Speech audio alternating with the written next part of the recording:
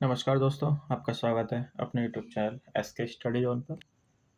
और हम अपनी सीरीज कंटिन्यू करते हुए आज हमारा प्रैक्टिस सेट नंबर 5 है और इसमें हम आगे कंप्लीट करेंगे।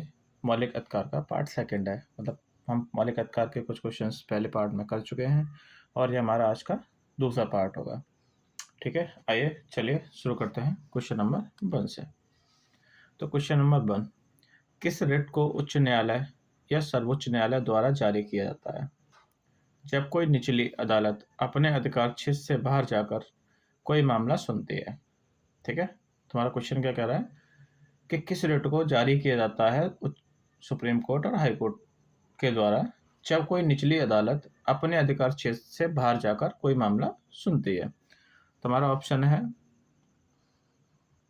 अधिकार, हमारा ऑप्शन है हमारा अधिकार परीक्षा। ठीक है, दूसरा ऑप्शन है हमारा बंदी प्रत्यक्षीकरण। ठीक है, तीसरा हमारा निषेध, चौथा हमारा उत्प्रेषण। ठीक है, तो हमारी जो रेट्स रहती हैं, ठीक है, तो हमारी जो रेट हैं वो हमारी कितने टाइप की हैं? 5 प्रकार की हैं। ठीक है, कितने प्रकार की हैं? 5 प्रकार की रेट हैं। ठीक है, कौन कौन सी हैं? तो हम सबसे पहले बात करेंगे बंदी प्रत्यक्षीकरण।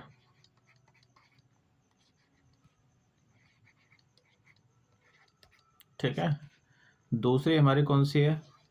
दूसरी हमारी आती है परमादेश। परमादेश। ठीक है, तीसरी हमारी कौन सी आती है? तीसरी हमारी आती है निषेध।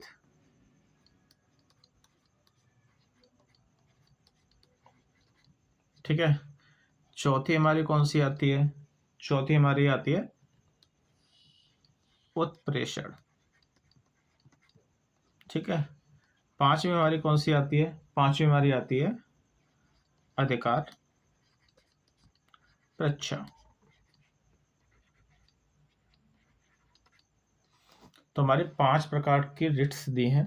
ठीक है, ये किसके अंतर्गत आती हैं? अगर हम सर्वोच्च न्यायालय की बात करेंगे, सर्वोच्च न्यायालय में हम आर्टिकल नंबर 32 में, और हाई कोर्ट की बात करेंगे उच्च न्यायालय की, तो वहाँ आर्टिकल नंबर 2 to 6 में हम इसकी बात करते हैं। तो सबसे पहले बात आती है होता क्या है। ठीक है, इनकी ज़रूरत क्यों पड़ गई? जैसे मान के चलिए हमें क्या है कि हमारे मौलिक अधिकारों का हनन हुआ। ठीक है, तो हमारी बात सुनने के लिए कोई तो ऊपर होना चाहिए ना।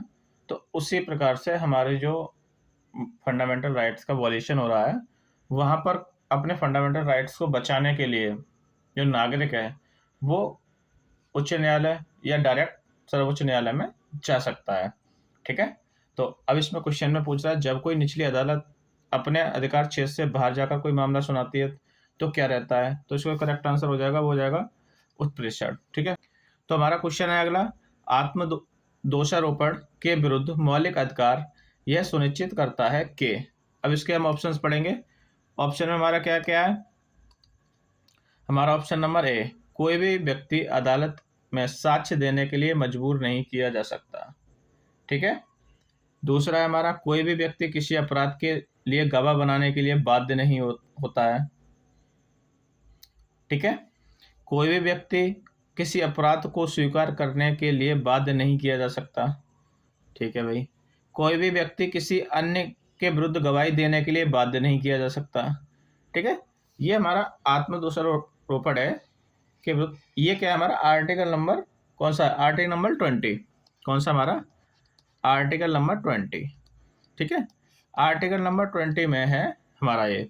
तो इसमें क्या रहता है कि इसमें 3 सब क्लॉज दिए हैं। ठीक है, अपराध के मतलब जैसे कोई अपराध करता है तो उसके संबंध में सजा के संरक्षण में है ये। ठीक है, तो इसमें क्या है कि कोई भी व्यक्ति, ठीक है, इसमें आर्टिकल नंबर 20 में क्या है, अगर कोई व्यक्ति अपराध करता है तो उसे तो एक अपराध का दंड एक ही बार दिया जाएगा। ठीक है, और हमारा दूसरा क्या है कि आदमी अपना आपके विरुद्ध गवाह नहीं दे सकता। मतलब ऑप्शन नंबर बी, कोई भी व्यक्ति अपराध के लिए गवाह बनाने के लिए बाध्य नहीं किया जा सकता। ठीक है, मतलब वो स्वयं अपने खिलाफ गवाही नहीं दे सकता, हमारा आर्टिकल नंबर 20 बोलता है। ठीक है, आइए चलिए आगे बढ़ते हैं नेक्स्ट क्वेश्चन पे। क्वेश्चन नंबर 3, किसी निर्णय में सर्वोच्च न्यायालय ने अनुच्छेद 21 के दायरे का विस्तार किया और यह देखा शिक्षा का अधिकार जीवन के अधिकार से सीधे प्रभावित होता है। ठीक है, तो अब इसके ऑप्शंस दिए हैं, तो ये क्या है हमारा क्वेश्चन नंबर 3 है, अनुच्छेद 21। अनुच्छेद 21 में क्या हुआ, बहुत सारे केस हुए। ठीक है, कहता एक हमारा इसमें जो फेमस है वो हमारा फेमस है मेनका गांधी केस। कौन सा? मेनका गांधी केस। तो इस केस में क्या था, इस केस में क्या था कि मेनका गांधी अपना कहीं बाहर जाना चाह रही थी, तो उनको रोक दिया गया था। ठीक है, तो उन्होंने अपील की थी राइट टू प्राइवेसी करके इसके लिए। ठीक है, तो ये इसका जो करेक्ट आंसर हो जाएगा, ये किस केस में बोला गया था, वो बोला गया था ये हमारा मोहिनी जैन बनामा कर्नाटक सरकार में ये सब बोला गया था। ठीक है, आगे बढ़ते हैं क्वेश्चन नंबर 4 की तरफ। अनुच्छेद 20 में कौन सा खंड द्वितीय दंड के सिद्धांत में सम्मिलित है?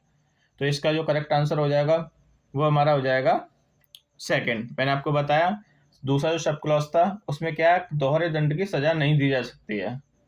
ठीक है, ऐसा कुछ 30 में बताया था ना मैं।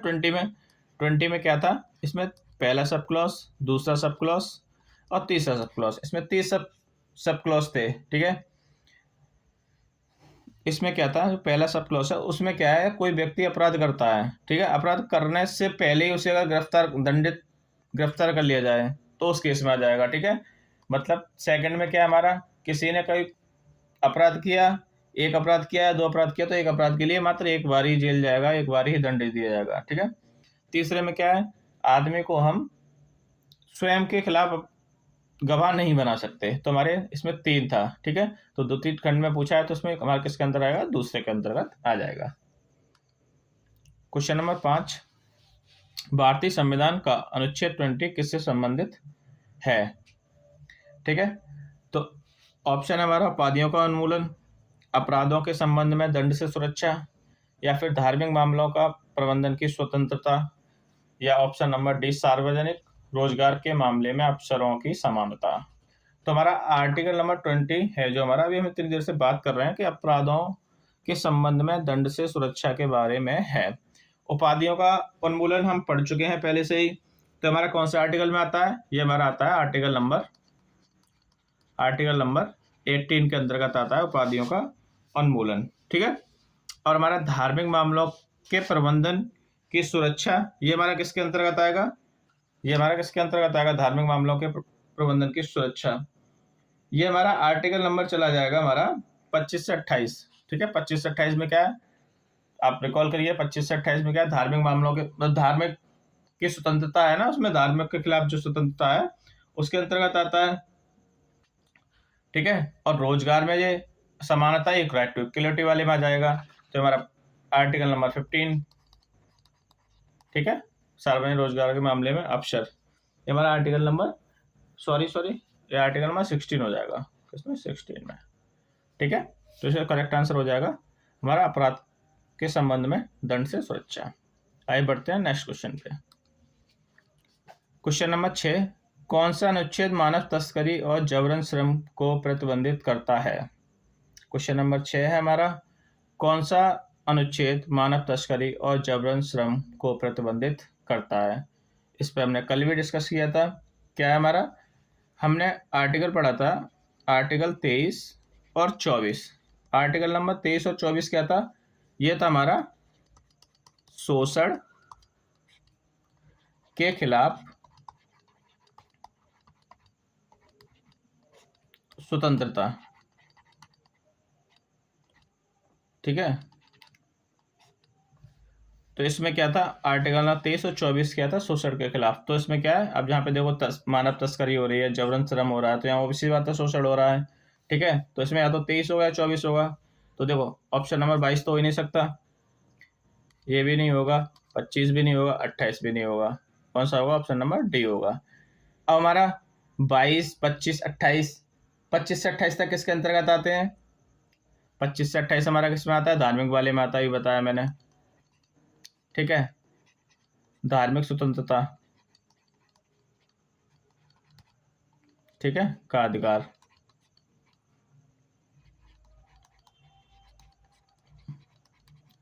ये हमारा 19 से हमारा जो 22 तक है वो किस में आता है? स्वतंत्रता का अधिकार, स्वतंत्रता का अधिकार।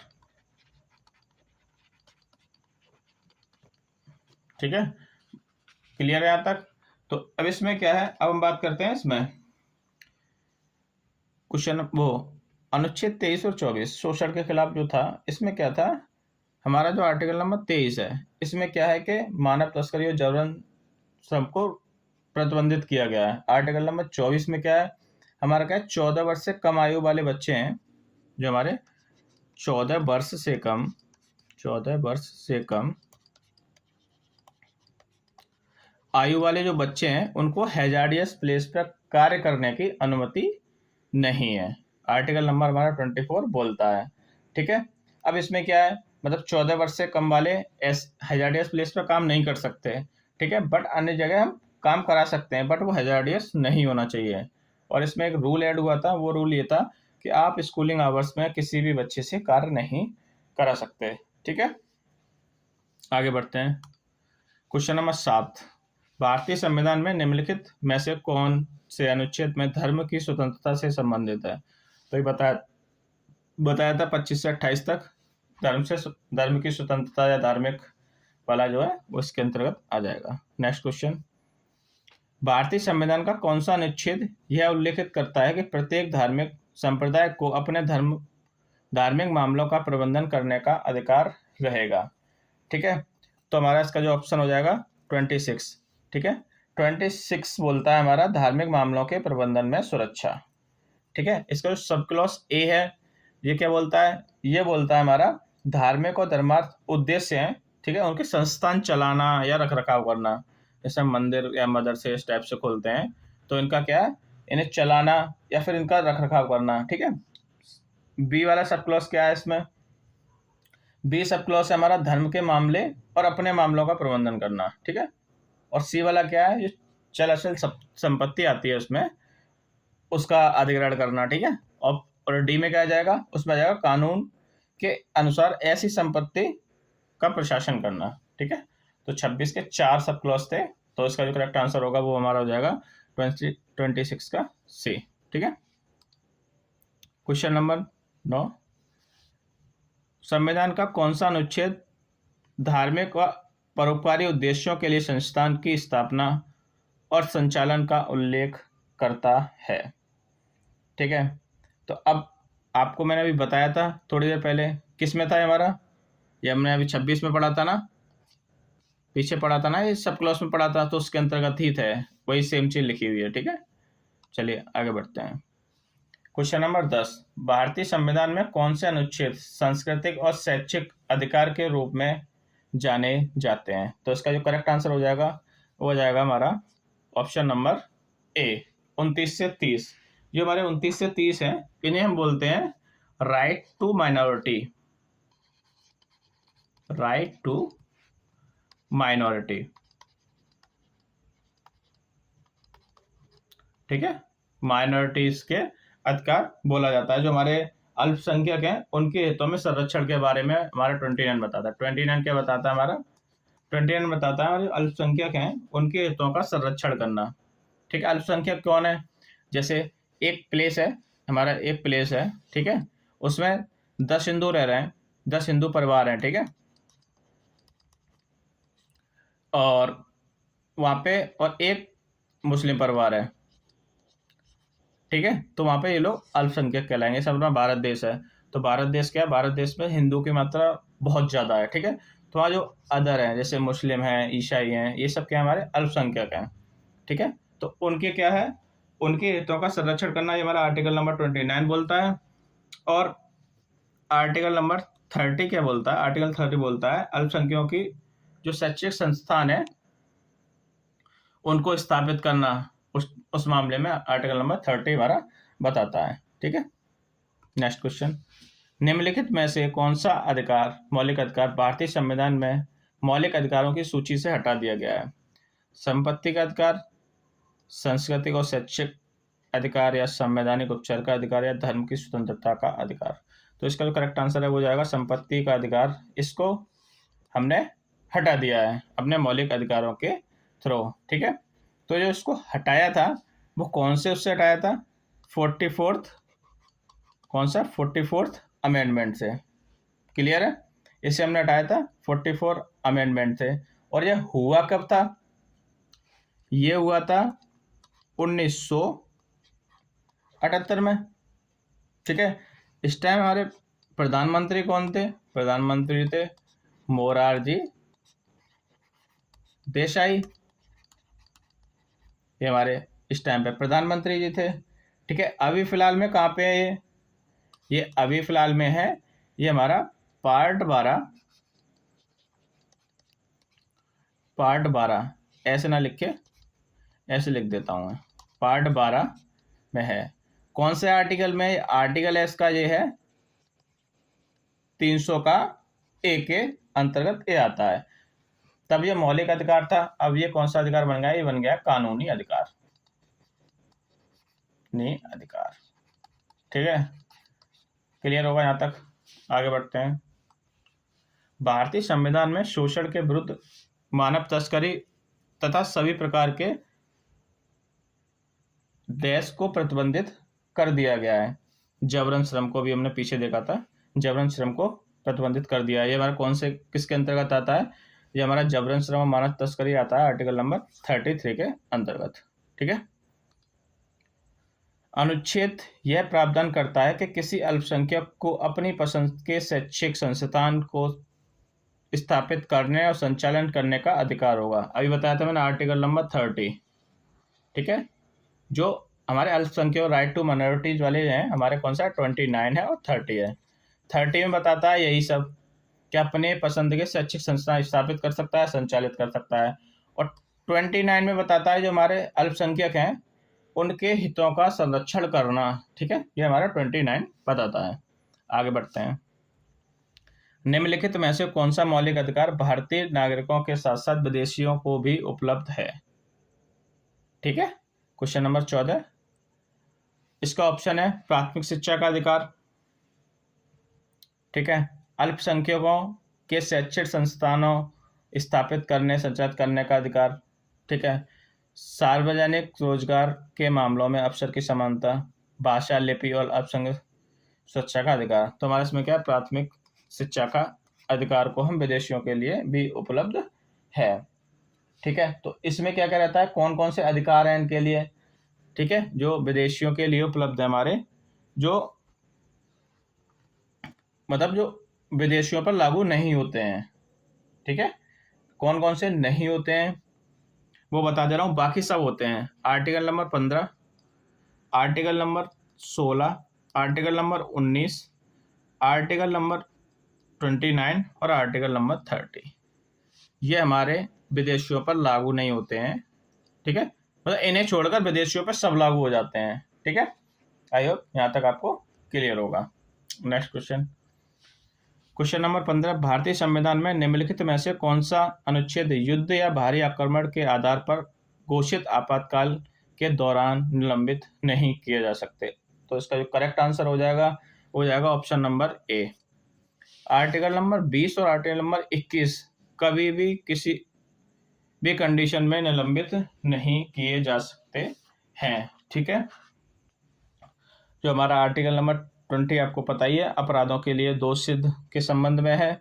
और आर्टिकल नंबर 21 है हमारा जीवन और व्यक्तिगत स्वतंत्रता का संरक्षण। ये आपातकाल के दौरान भी निलंबित नहीं किए जा सकते हैं। क्वेश्चन नंबर 16, निम्नलिखित में से कौन सा एक रिट नहीं है जिसे भारत का सर्वोच्च न्यायालय जारी नहीं करता है? आपको बताया था कितने प्रकार के रिट हैं? 5 प्रकार के रिट हैं। निषेध होता है, अधिकार परीक्षा होता है, बंदी प्रतिष्ठीकरण होता है, एक हमारा होता है परमादेश।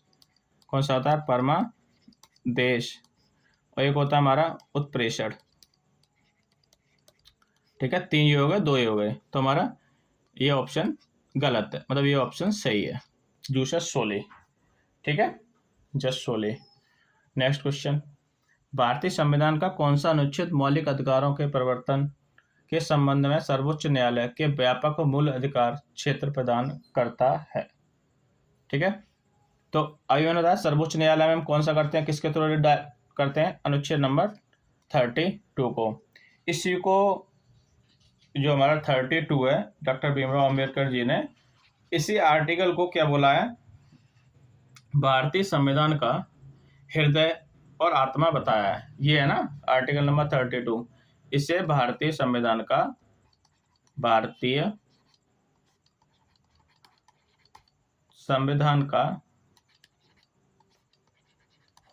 क्या बताया, हृदय और आत्मा बताया है। ठीक है, इंपॉर्टेंट है। ठीक है, क्लियर है। आगे बढ़ते हैं नेक्स्ट क्वेश्चन में। आर्टिकल नंबर 31 का आपको पता होगा, संपत्ति का अधिकार था, इसे हटा दिया गया है। और हमारा ये ऑप्शन 226 वाला बताया था, ये कौन से इसमें हाई कोर्ट में रहता है। ठीक है, हाई कोर्ट के अंतर्गत आता है। ठीक, आइए चलिए आगे बढ़ते हैं।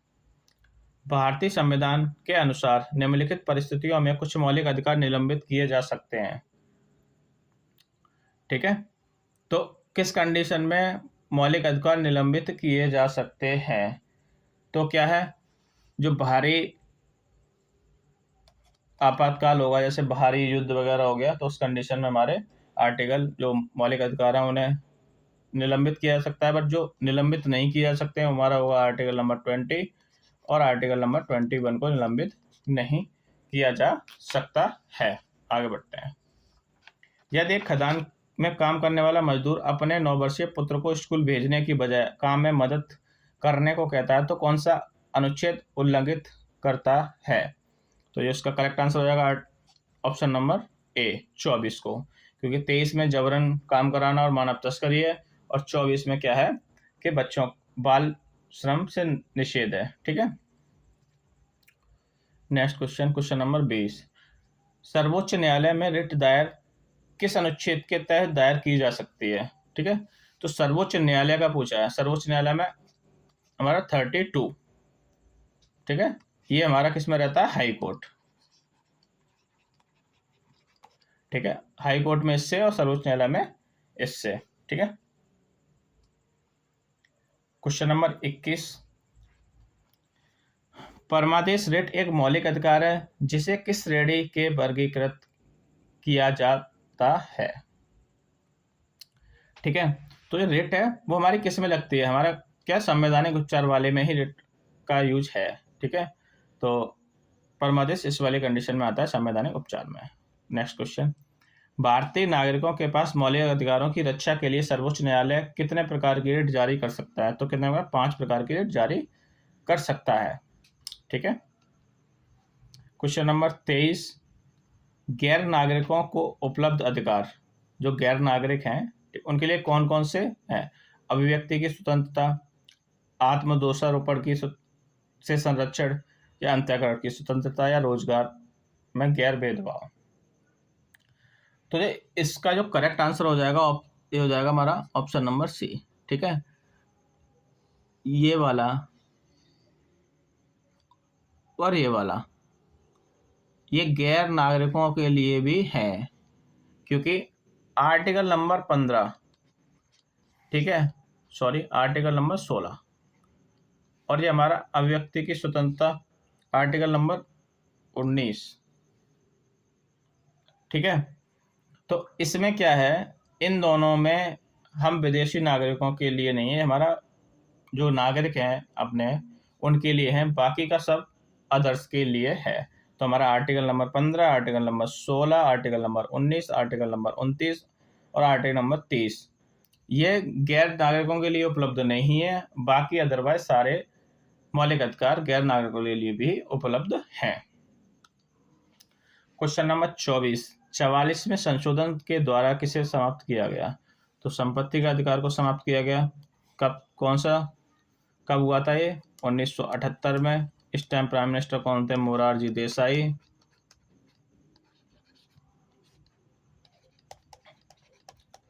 ठीक है, अभी पार्ट 12 में है। कौन से पार्ट 12 में है?